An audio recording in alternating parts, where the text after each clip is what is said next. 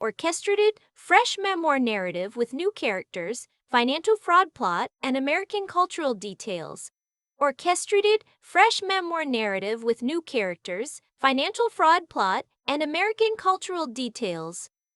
The alarm went off at 2:14 in the morning, and for half a second I thought it was the smoke detector until I heard her scream right on top of it. I've been lying there awake for almost an hour, the way you do when you're waiting for something you've set in motion and can't take back. My hearing aids were out, but I'd left the little keychain alarm rigged to the lid of my jewelry box anyway, pin tied to the underside of the drawer with a length of quilting thread, so that the second the drawer slid past 4 inches, the pin pulled free. 130 decibels. The man at the hardware store said it could be heard a city block away.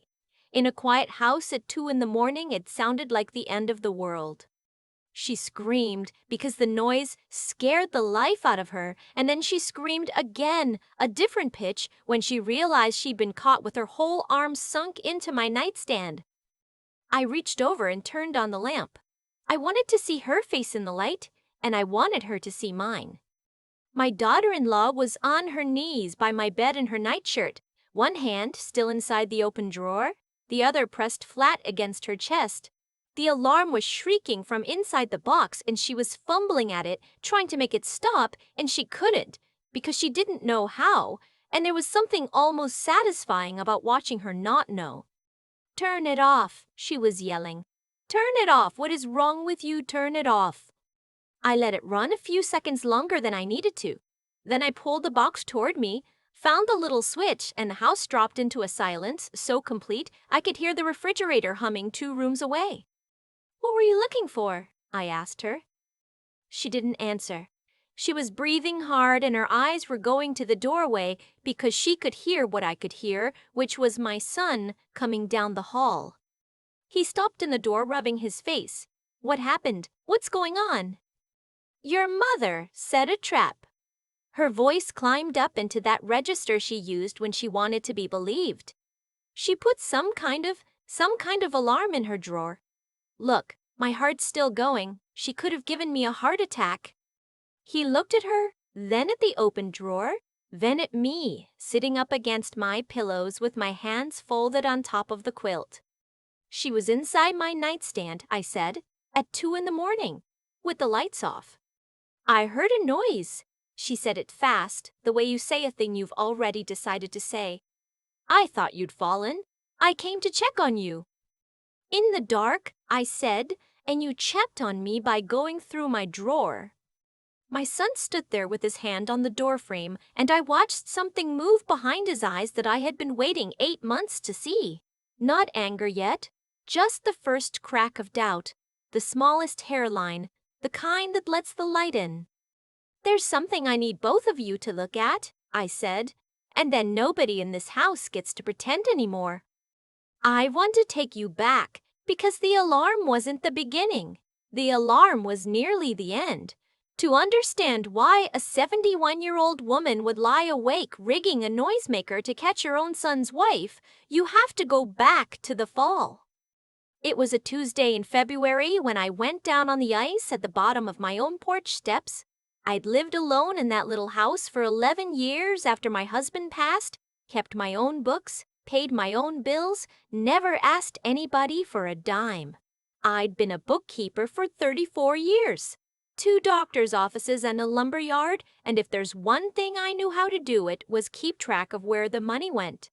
I tell you that now because it matters later. I lay on that ice for 20 minutes before the mailman found me. Hairline fracture in the hip, they said, and a concussion that left me dizzy for weeks. Nothing that wouldn't heal. But it scared me. Lying on the cold ground, unable to get up, that does something to a person. So when my son and his wife drove down and sat in my hospital room and said, "Come stay with us, just till you're steady, we've got the spare room, the kids would love it," I said yes. "I want you to understand," I said yes with my whole heart. I thought it was a gift. My daughter-in-law was kind those first weeks. I'll give her that because it's true, and because the truth is the only thing I've got left that's all mine. She brought me coffee the way I like it. She put a little vase of grocery store carnations on my dresser. She told the children to be gentle with Grandma, and my grandson, who was 6 then, drew me a picture of our house with all of us standing in front of it in a row, holding hands, and I taped it to the closet door, and it's still in a frame in my kitchen today. I insisted on paying my way. I had Social Security and a small pension from the lumber yard, and I told my son I'd put $900 a month toward the household. He said no at first. He's a good man, my son.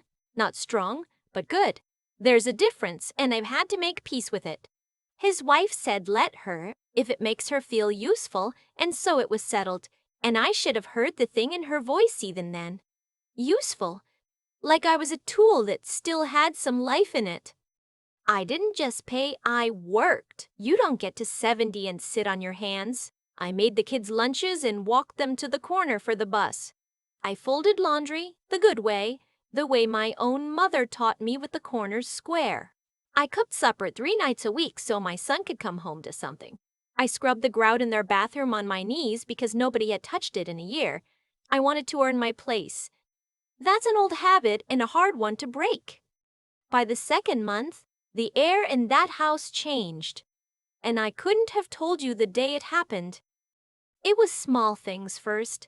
I'd fold the towels and the next morning they'd be refolded, and my daughter-in-law would laugh and say, "You fold like it's an army barracks, Glenna. Loosen up." She started calling me Glenna instead of Mom around then, and I noticed the way you notice a draft before you find the open window. I made my pot roast one Sunday, the one my son grew up on, and she pushed it around her plate and said something under her breath about all the salt, and later, I heard her tell him in the kitchen that she just couldn't get used to old people food. I was standing right there drying a dish. She knew I was there. I'm sure of it now. They had people over on the weekends, and I'd hear them out on the back deck laughing while I did the dishes at the window, and nobody came to get me. The first time I told myself I hadn't been feeling well anyway.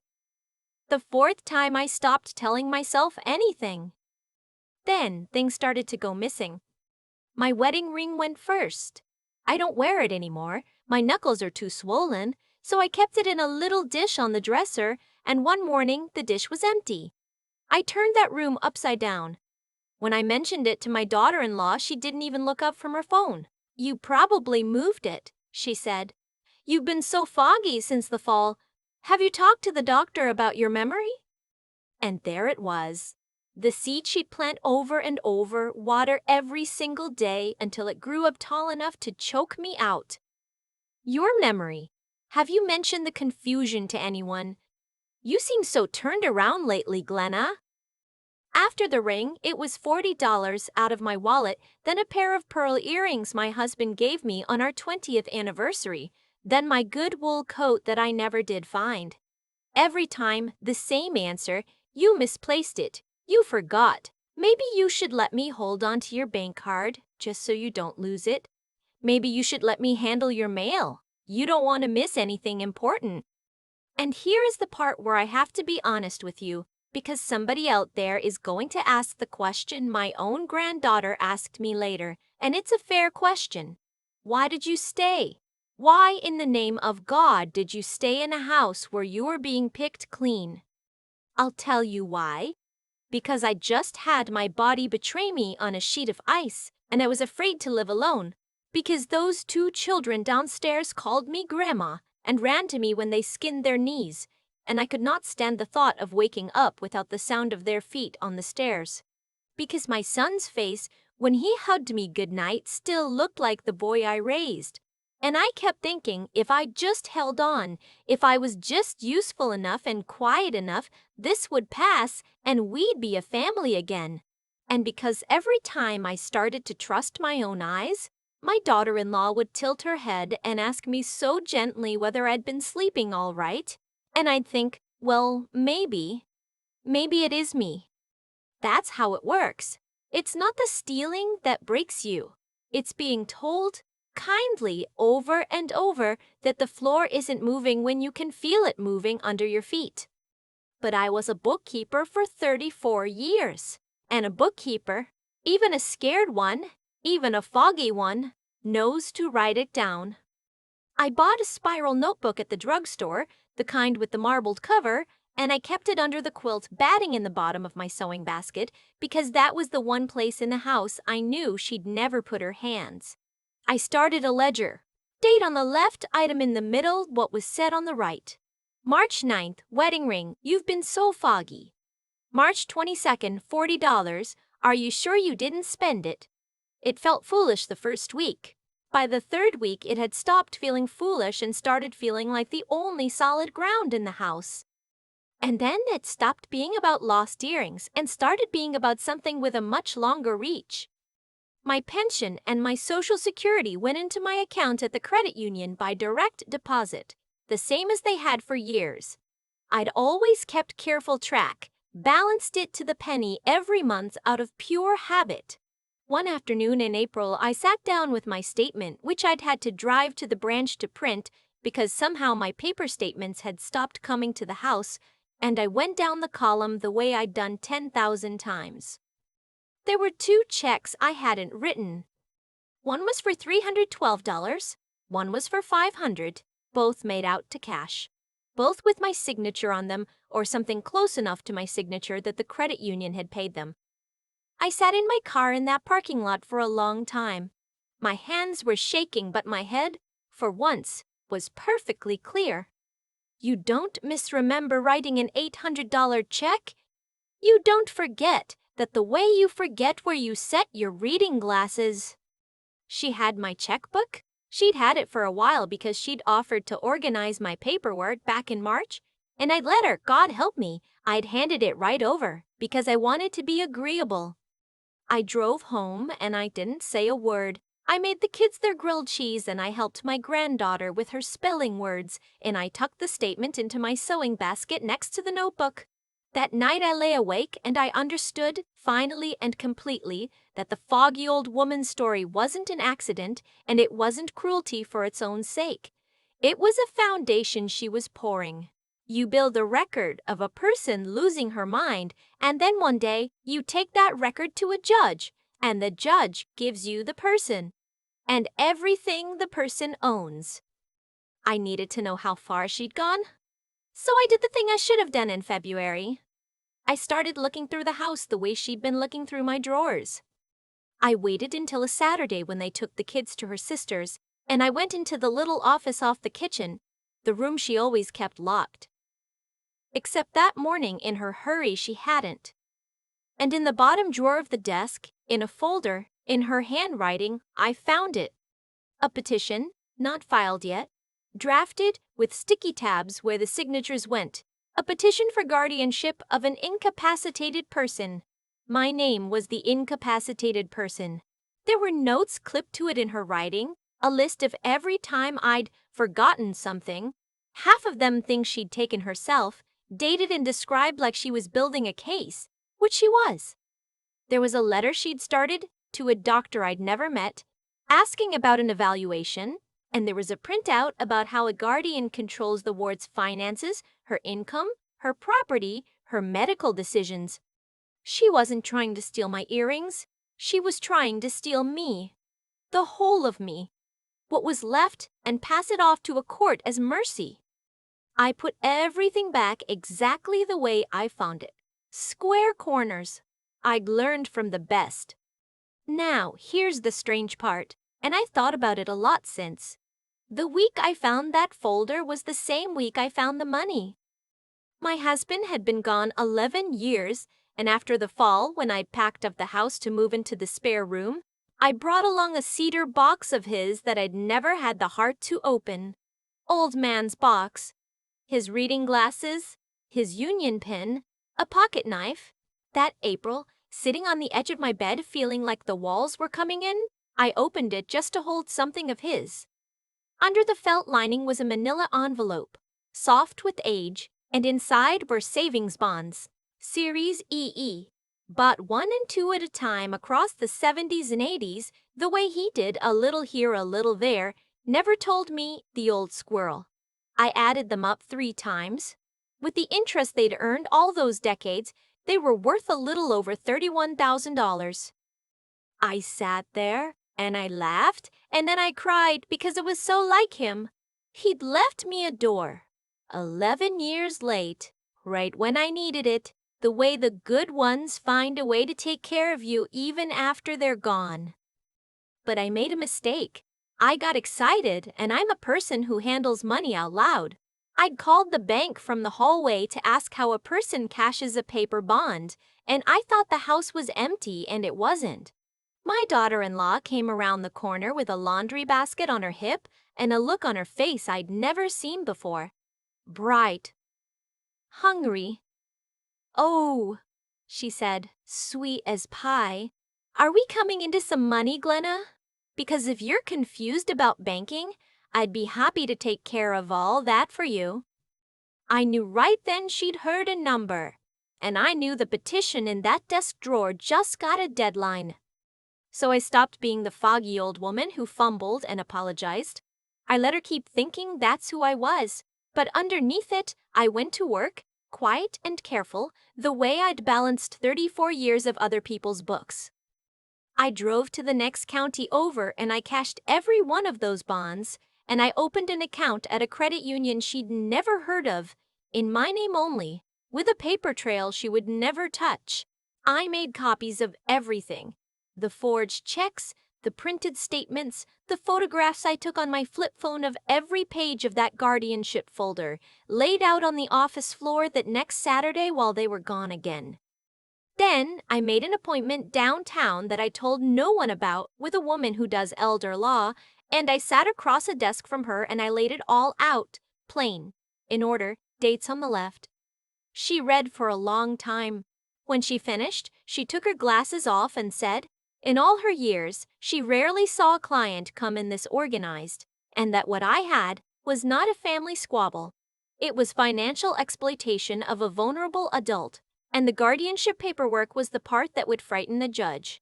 She told me to make a report to Adult Protective Services so there'd be a record on the county's side and not just mine. I did it that afternoon from her conference room. A woman from APS called me back 2 days later, and we talked for an hour. And for the first time since the ice, somebody with authority listened to me and did not ask one single time whether I'd been sleeping well. And then I went home and I set the bait.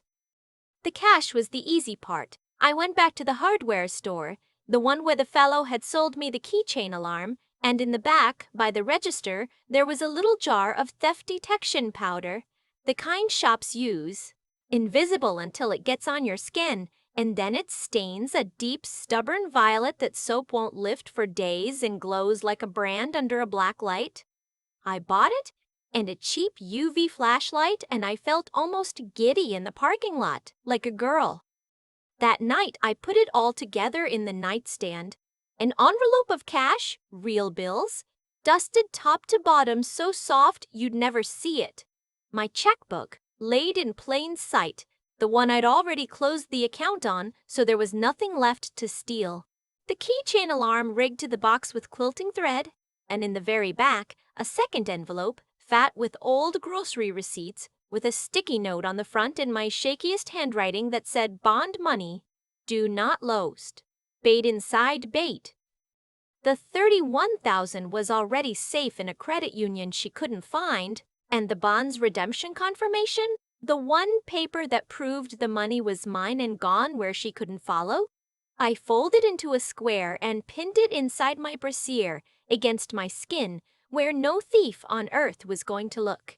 I'd seen my own grandmother hide her egg money there during the Depression, some things you inherit without being told. Then I went to bed and I waited, and 3 nights later, the drawer slid open in the dark and the whole house came apart at the seams. So that brings us back to where I started, 2:14 in the morning. The alarm dying out into silence, my son in the doorway with the first crack of doubt running through him, and my daughter-in-law on her knees holding her chest, and me reaching under my mattress for the folder I put there that very evening.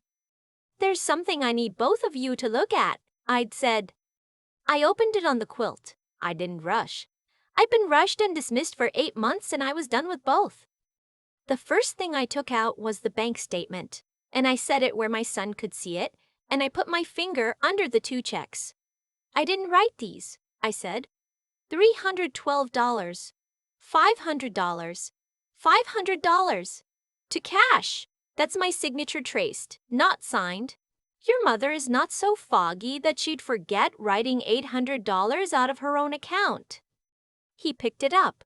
He's not a man who reads numbers easily, but he can read a check, and I watched him read it twice. That doesn't prove anything, my daughter-in-law said. She gave me money for groceries all the time. She's mixed up about. I never gave you a check in my life, I said. I pay cash for the groceries. You know that because you take the change. I laid out the second thing. The photographs of the guardianship petition, printed at the drugstore page by page. I set them down in a row the way I'd found them on her office floor. My son leaned in, and I saw the moment he understood what he was looking at because the color went right out of his face. Read the top one, I told him quietly. Read whose name's on it. He read it. His mouth moved with my name. Petition for guardianship. Incapacitated. He looked up at his wife, and his voice came out small. Smaller than I'd heard it since he was a boy waking from a bad dream. You were going to have her declared. You were going to take her. When were you going to tell me about this? It's not what it looks like. She was up off her knees now, hands out, and her hands, I noticed, were already going faintly purple at the fingertips, though nobody had seen it yet but me. She's not safe on her own, Wesley. Anybody can see she's slipping. I was protecting her. I was protecting our family. There's a letter in there to a doctor she's never met, I said. There's a list she kept of every time I lost something. Half of those things are in your jewelry box right now. The rest you sold. I turned to my son. I made a report 3 weeks ago to Adult Protective Services. A caseworker has my file.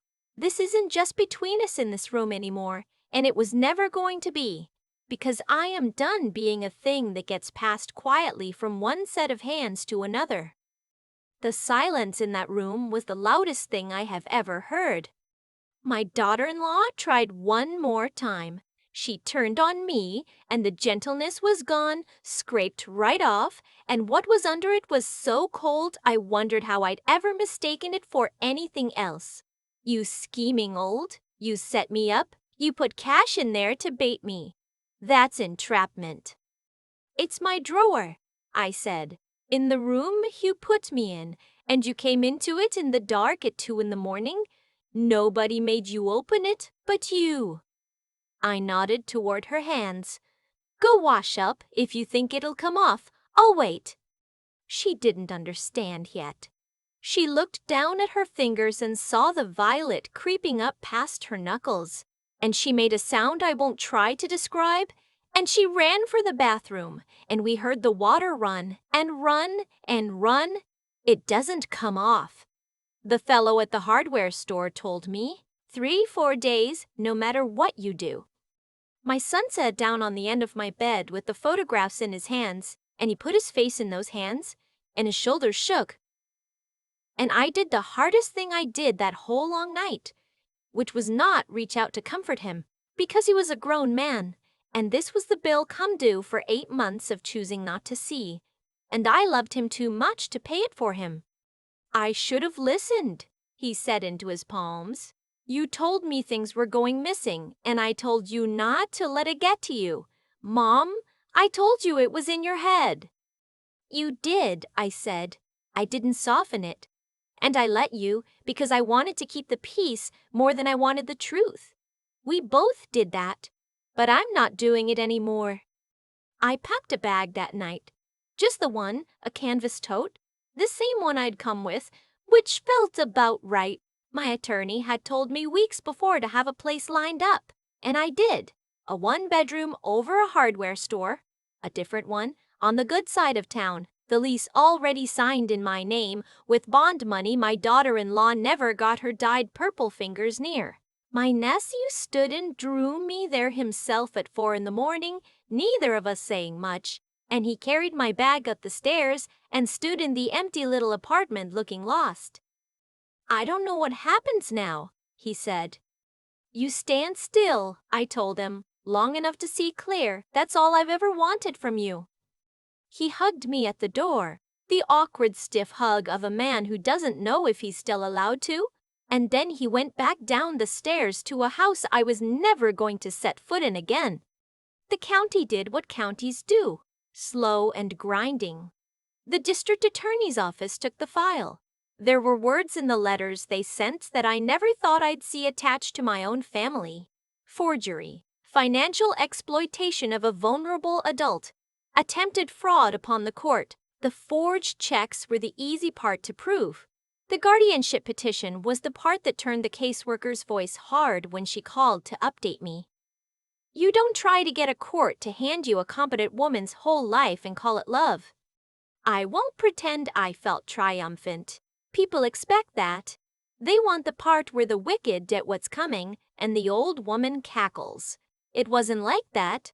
The morning my attorney called to tell me charges had been filed, I hung up the phone and stood in my new little kitchen and felt nothing but tired. And underneath, the tired, very quiet, something that had been clenched for 8 months, finally let go. Not joy, just rest. The relief of setting down a weight you'd carried so long you'd forgotten it wasn't part of your body. I'd taken about half of my husband's bond money for the apartment and to keep myself afloat. The other half I'd been turning over in my mind. And one afternoon, walking past an empty storefront on Birch Street, between a barber shop and a laundromat, with brown paper in the windows and a faded for-lease sign, I stopped and I knew. I'd baked my whole life. Pies, mostly, my mother's crust, lard and vinegar and a little dread, because a good crust knows when you're nervous. After my husband died, I'd stopped, the way you stop a lot of things, and I hadn't made a real pie in years. Standing in front of that dusty window, I could see the whole thing. A counter, a few small tables, a display case fogging up with steam. I leased it. I named it the second rise, because that's what you call it when the dough comes back up after you've knocked it down, and because by then I knew a thing or two about that. I painted it myself, blue and cream. On a stepladder my son brought over and held steady. I sold pies by the slice and whole pies to order, and coffee, and on cold mornings a soup. And the strangest, sweetest thing happened. The thing I never planned for. People came and they stayed. Not just to eat. There was a widower who came every Tuesday and nursed 1 cup of coffee for 2 hours just to be near other people. There were young mothers who needed 10 minutes of quiet. There were old women like me who'd been made to feel like furniture in their own families, and they'd sit in the corner by the window, and I'd bring them a slice of buttermilk pie on the house, and not ask a single question, and after a while, without my asking, they'd tell me everything. I listened. I'd learned the hard way how much it's worth to be believed.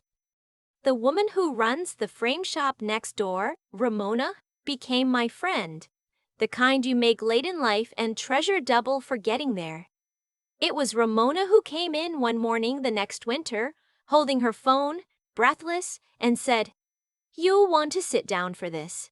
My daughter-in-law had taken a plea. It was in the county paper and all over the neighborhood page. She'd lost more than the case. Her own employer had gotten wind of it and let her go. Because it turns out nobody wants their accounts handled by a woman convicted of fraud. I thanked Ramona and I poured her a coffee, and after she left, I flipped the sign to closed for a minute, just a minute. And I sat behind my register with my hands around a warm mug and I waited to feel something big. It didn't come. The world hadn't punished her. Not really. She'd built the fire herself, one stolen earring at a time, and it had finally caught up the walls she was standing in. I just felt done. And I thought, maybe now my son could see the smoke for what it had always been. He could. They separated that spring and then divorced, quiet and sad and necessary. He kept the children. He'd had to look at a lot of hard things by then about what he'd let happen under his own roof. And to his credit, he didn't look away from any of it. It's been a little over a year now. My son comes by the shop on Thursdays. He never stays long. He brings the children after school, and my granddaughter ties on an apron 2 sizes too big and crimps pie crusts with a fork, very serious about it, and my grandson sits at the corner table doing homework and sneaking the broken cookie pieces I leave out for exactly that purpose. They call it Grandma's shop. I let them. My son and I don't talk about her. There was one Thursday with the late sun coming gold across the floor, and the kids fighting over the last ginger snap when he stood next to me at the counter and said, "Quiet, just for me. You were right, Mom. I'm sorry it took me so long. I didn't say I told you so. I'm 72 years old and I've learned there's no nourishment in it." I put my hand over his and pressed once, and that was the whole of it, and it was enough. I forgave him. That's true. But forgiving and forgetting were never the same animal to me, and I don't pretend they are. I still keep one drawer in my apartment locked, and not because I'm afraid of being robbed. I keep it locked because I finally know what it's worth to have one thing in this world that is mine, that no one gets to reach into in the dark and decide they have a right to. The lock isn't fear. The lock is a fact I had to bleed to learn. People ask me sometimes, the women in the corner by the window, how I knew to fight back, where I found it. I tell them the truth. I didn't find it. It was always there. I'd just spent so long being useful and agreeable and quiet that I'd let everyone, including myself, mistake my patience for a person who didn't have a spine. The patience was real. So was the spine. You can be both. I wish somebody had told me that at 30, but I'm glad I knew it by 70. This morning I came in early to start the crusts, and the light was just coming up over the laundromat across the street, pink along the roof lines, and I stood in my own shop that nobody can take from me, flour to my elbows, and I had the thought that I have most mornings now and never get tired of. I am exactly where I am, and it belongs to me, and I'm not afraid of the quiet anymore.